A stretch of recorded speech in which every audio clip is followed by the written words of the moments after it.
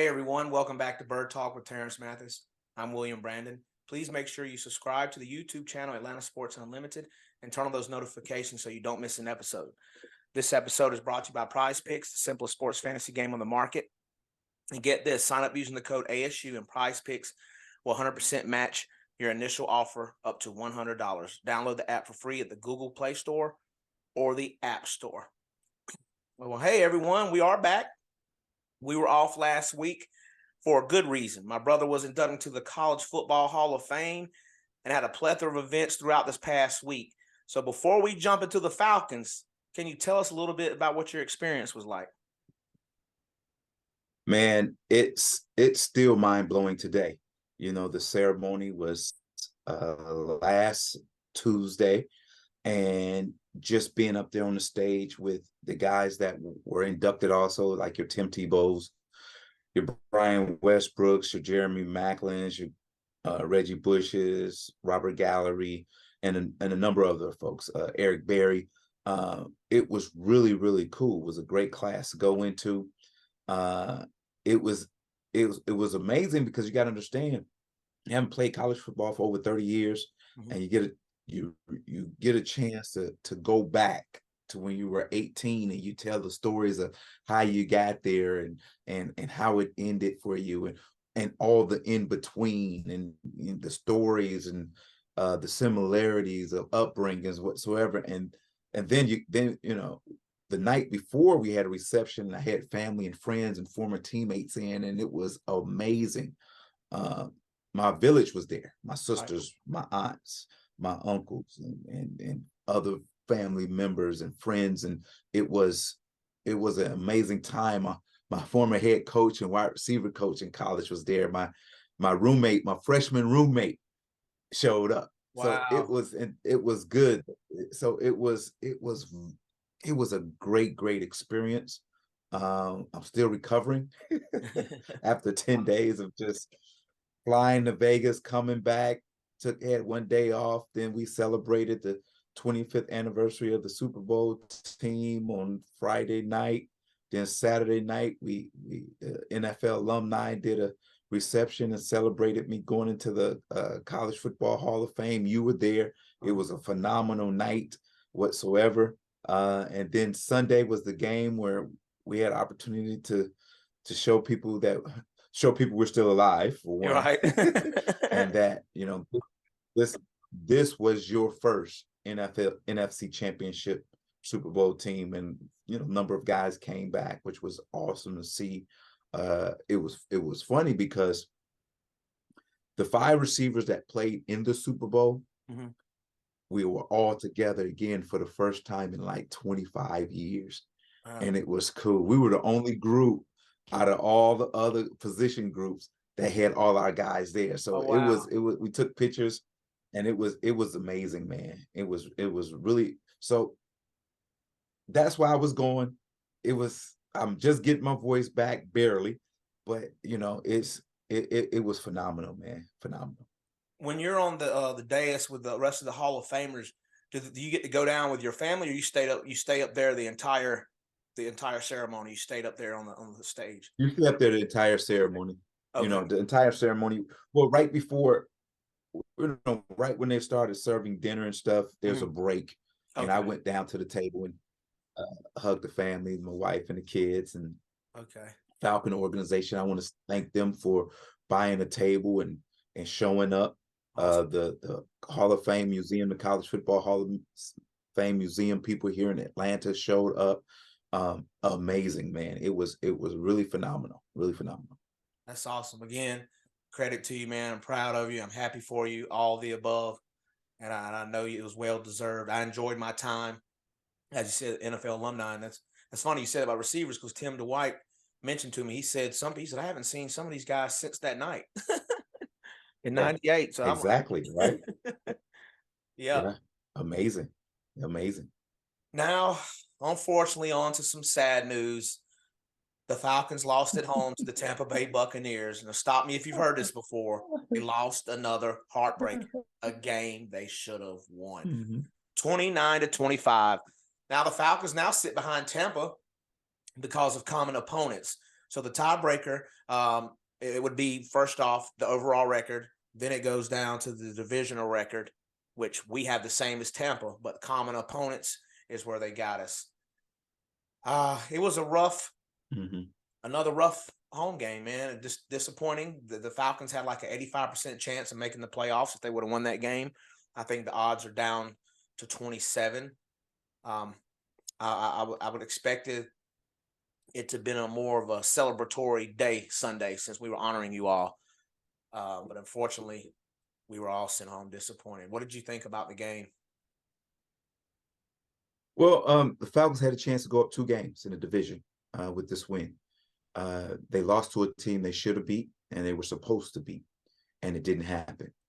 As we sat there and watched the game, Cornelius Bennett looked over at me and said, "There's no sense of urgency from this football team. They just playing like it's a regular season game with, opening day or beginning of the year, like, no interest at all." And then all of a sudden in the fourth quarter, they came alive. And, here's the thing, and we've talked about this all season. Why is it that you cannot play 4 full quarters of intense sense of urgency football? I just don't get it. I don't understand. It's almost like we need to be in a panic situation to play well. And that comes from the mindset of your leadership. It does. It comes because it's funny, even though each individual is grown, they're grown men, they have responsibilities whatsoever, but that's why you have a head football coach. That's why you have an offensive coordinator, defensive coordinator, special teams coordinator, whatsoever, because these men are the leaders of those groups. And as they go, attitude-wise, personality-wise, play calling-wise, Right. the other guys follow. You see what I'm saying? Because at the end of the day, players can't call plays. Players can't decide what's gonna happen in these situations without reference or something from the coach. So it's just amazing to me. We're pointing fingers all over the place. Ritter is not that guy. Even I hear people will sit down and I hear people says Ritter's just not that guy and this and that. And then even at my Cigars and Yards event last night, we had an intense conversation about this. Guy asked me, says, "Well, if the Bears get rid of Justin Fields, we should go get Justin Fields." And I go, "No. And he goes, "Why not? Why not?" And I go, "I don't care who you bring in here at quarterback. Right.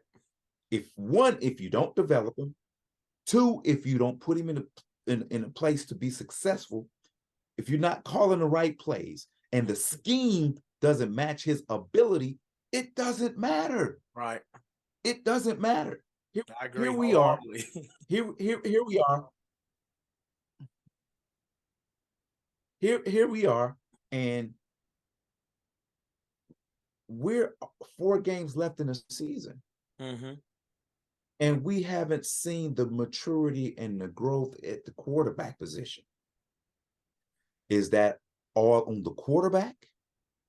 Or is it the responsibility of his coach, who's the quarterback coach, and the offensive coordinator who prepares the game plans whatsoever and call the plays? It's all of them combined. Right. But at the end of the day, they all have to take responsibilities of where this football team is today. You can't put one finger on it. And here's the thing. I wouldn't have thought our defense would have collapsed and gave that drive and scored the touchdown, get the touchdown The Baker. for the go ahead. I was just baffled with a lot of things because you've seen these things all season. It's nothing that surprises you. I can see if it's like, oh, I I never seen that before, or Mm-hmm. I never seen that. We've seen this happen, play out week after week, week after week. And sometimes we get away with it, and sometimes we don't. And right now we're one of those maybe so, maybe not teams. So it is frustrating for fans, of course, and it's probably just as frustrating for the players too, because they can't point their finger, because you finally had an offensive blowout from Pitts and Robinson and London, and you lose. And let's not talk about guys being injured whatsoever, because Right. that's not a factor. You had a chance to win this football game with your starters, with your core guys, and it just didn't happen. I didn't understand, and I know I'm talking a lot because there's so much to talk about, just so much here to talk about. I didn't understand where on that last drive the Buccaneers had the ball, we kept rushing 4 people. No blitzing. No pressure. We was getting no pressure on the no pressure. I mean, Baker's the we type didn't even of throw you we didn't even interception. give we didn't even give Baker a sense of there's pressure coming. Mm-hmm. He looked poised and just confident, sitting there in the pocket, moving around. We get no pressure. And I just didn't understand that. And I don't know, man. I'm looking and I don't know. And I'm not, here's the thing. Here's the thing we say. We're not pointing anybody out, pointing any fingers out, Mm-hmm. or putting anybody on blast. But we're talking about things that hurt you and things that you need to look at to make you better. We're on a goal line right there, and Richie Grant has the tight end man to man. Mm-hmm. Okay. It's man free. So there's a free guy in the middle of the field. How do you know that, Terrence? You didn't make the call. Mm-hmm. Because Richie Grant was lined up on the outside half of the tight end. That tells me he does not want the tight end to get outside. He wants to feed him in the middle where he has help. Mm-hmm. Okay. Right. On the play, the tight end gave a move like he was going inside. Oh, I'm a DB. I win because that's where I want you to go. Right. But Richie got over aggressive and jumped inside to try to put hands on him. And the guy put a move, swam over him, and got to the corner, threw the ball over his head. Touchdown.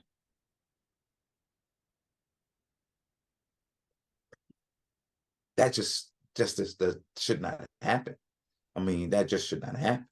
But, at the end of the day, I'm not calling Richie out. I'm just telling you the technique. Here's the thing. Trust your technique, Richie. Just trust your technique. Trust what you're supposed to do. Now, I may be wrong, and somebody may come on here in the earlier the week. Falcons, even Richie Grant may come in here. No, that wasn't the case. But from where I was sitting in the bird's eye view, that's what I seen. And I could be wrong.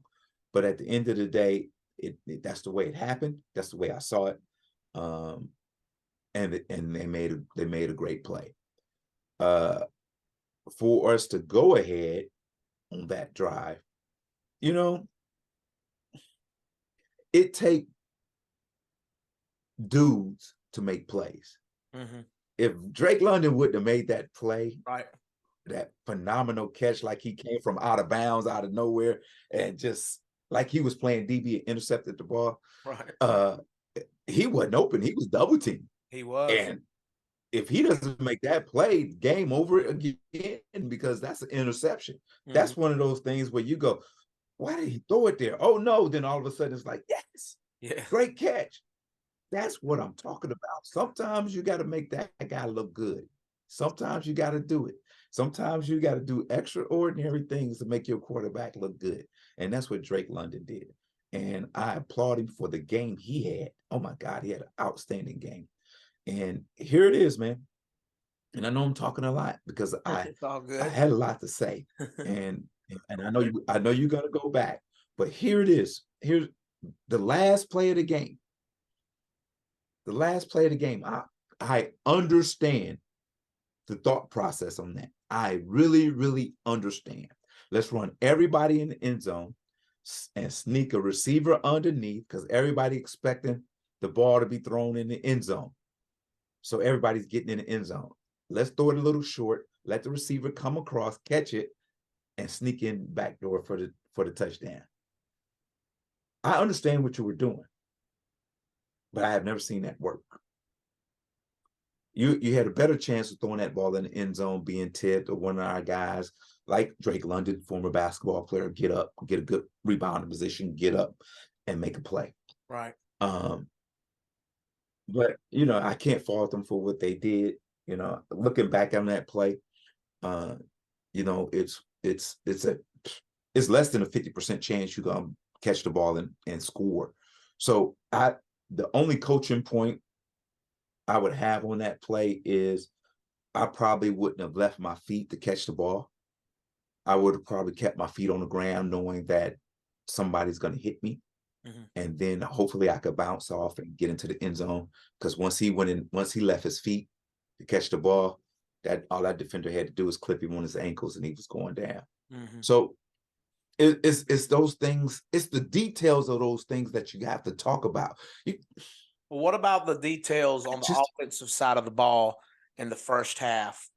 That play design, play action, and it was a screen and being almost a pick six. Theoretically, it was. And then the safety not too long after. In those situations right there is this. You got a great ground game. Let's get it out to the 15 with your ground game. Mm-hmm. I don't understand the screen. It was funny because one of the guys was like, we are one of the former players, we are so predictable. What is it with these running back screens like they're wide receivers? Why are we running all these wide receiver screens? Mm-hmm. It's predictable. You can see it coming miles away. Right. And I'm going, oh, here comes screen. Here comes screen. So if I'm watching, I ain't played in 20-something years, and these coaches are before all week looking, says when this happened, they throwing screen. They throwing screen. They 100% they throwing screen. You're supposed to know that preparing each week that when we do this, we're 100% throwing screen. And I just there you go. It's almost like you just take the game plan and says, okay, we're gonna run this, we're gonna do this, we're gonna do this, we're gonna do this. Not looking at, okay, our tendencies is every time we do this happens. Okay, let's show this and do something different. Right. And everyone talks about how this offensive playbook is so wide open and it's so big and I can't tell. We do the same thing every week. Yeah, that's right. Every once in a while we get cute, and then when we get cute, it bites us in the butt. And as I talk about this and dissect this game and try to understand why we came out with the way we came out and how the game ended, the beauty of it all, you win the next 4, you champions in the division, and you're into the playoffs. And that's the crazy thing. That is the crazy thing of it all. You're still not out of it. And they aren't, but it's still worrisome by the product that we see on the field. Right. I'm just like, what are we going to do? I feel like Arthur overthinks his play calling, tries to be too creative, and it just goes flat. But we're in the same position we've been for 3 years in a row. 3 different quarterbacks, Ritter, Mariota, Matt Ryan. But here we are, essentially the same record, facing the same doom and gloom. Except for this year, we had all this money that we were supposed to spend and get all this talent, which we did get some talent, and we have some depth. But I think it just comes down to coaching and being prepared in my mind. I don't know, like you said earlier, I don't think our quarterback is put in the best position to win. Clearly in the fourth quarter, something changes, because in the fourth quarter, he's one of the top 3 quarterbacks in the NFL. And that's a crazy stat. And that's what I get at. So why don't we start the game the way we finish? Mm-hmm. Why don't we call plays and have a sense of urgency in the beginning of the game as the end of games? Mm-hmm. I think we place. Here's the thing. I think we play to the point. Okay, I'm gonna put it even better than that. That goes to tell me you have no confidence in what you're doing when you do that, because you says, okay, we're gonna play field position whatsoever. Let's not make any mistakes. Let's not turn the ball over. So we're gonna call this game conservatively. Hopefully we can make a play. Hopefully we can sustain a long drive and run a ball in with one of the three-headed monsters whatsoever. Maybe we can do that, or maybe we can kick a field goal whatsoever. This and that. Instead of going, hey man, let's go, man. Let's let it all hang out. Okay, we got a great defense behind us that can bail us out, but let's play with a sense of urgency. I keep saying that. Let's play like it's the last game in the first quarter, that we have to win it. I don't understand how it so Right. and I said it. I think it's confidence more than anything. I think it's a lack of confidence in your offense, your quarterback, and your play calling abilities. That's what I see. Mm-hmm. And then when it's time to turn it on, you have nothing to lose because you got to try to win the football game. So it's like we're trying to win. So let's go because it's a desperate moment. Mm-hmm. Let's have a desperate moment in the first quarter. Right. Let's play desperate in the first quarter, in the first half of games. Let's do that and see what happens. Yeah, it's a shame that we can't play a full 4 quarters each week at halftime. I try to be confident. Everybody like, hey, we're gonna win. We're gonna pull it out. Y'all know how we play. This is Atlanta. We're gonna come back in the fourth because that's what we do. Right.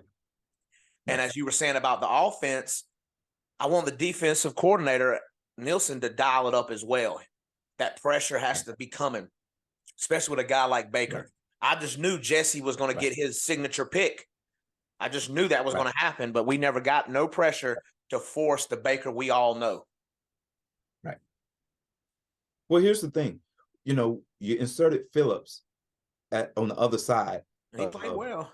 Of Terrell. And they are lights out. Mm-hmm. They are covering well. Go ahead, send some pressure. Go ahead. Okay, we take our chances with Alford or whoever on the tight end whatsoever. But if we bring in pressure, he ain't gonna be able to see that. So, and it's gonna be a tougher throw. Mike Evans. And I just didn't understand that 4-man pressure in that last drive. I didn't understand why we didn't send something. Right. And they held the defense. Mike Evans, star receiver, 1 catch, 8 yards. You do stuff like that, you got 300 passing yards by Ritter. Pitts had a touchdown. Bijan had a touchdown. Like you said, we should have won that game again.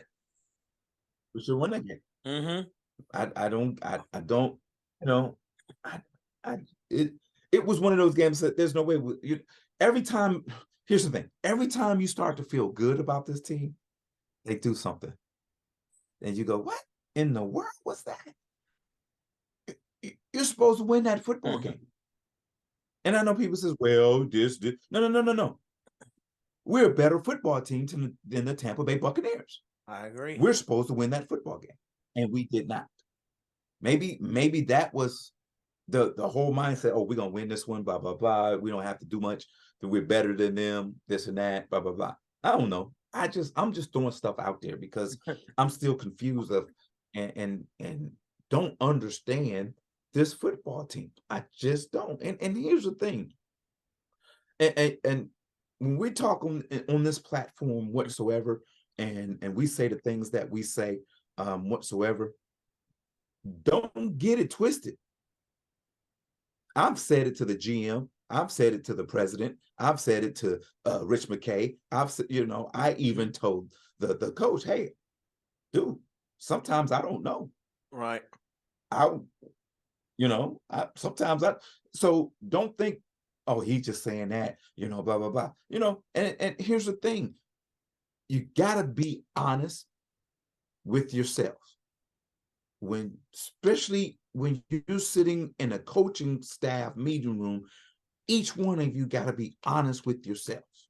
Honest with yourselves. Are you doing everything to develop talent for this organization to get to the next level? Are you doing everything possible, or are you just let the guys play and says whatever happens happens?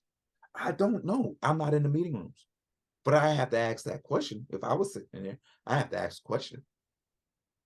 Even me as a head football coach and an offensive coordinator that I was when we lost games and when we didn't play well, I had to go back and look at myself. What did I not do to put these guys in the situations to be successful and to win football games? And then I have to change the way I do things and go out and be better in how I lead them and put them in positions. Right. I can't point fingers because it all comes down on me, as we talk about all the time. Wins and losses is on the head coach and the quarterback. That's it. That's what we hear. What you got for us today? That's just the way it is.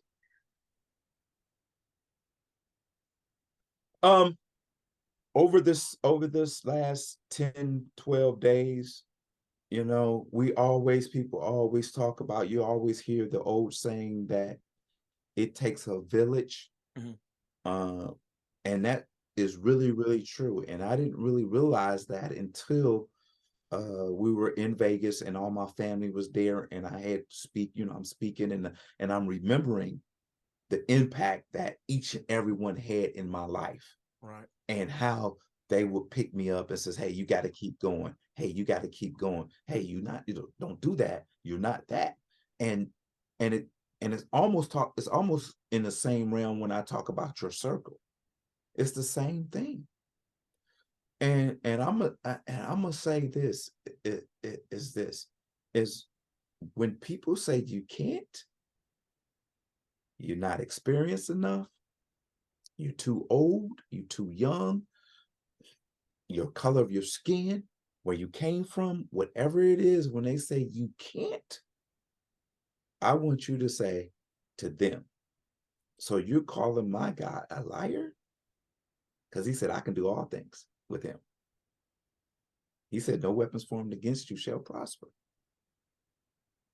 If you have, and I've said this before, I've said it before, if you have faith as small as a mustard seed, you can move mountains. I'm keep saying that because of the fact that you got to understand there are people out there that think they have control over your life and has the final say of what you want to be and what you want to do, and they do not. Just because they are leaders, just because they are bosses, just because they are CEOs, that don't give them control and make the final decisions in your life. God is the ultimate boss. He's the ultimate CEO.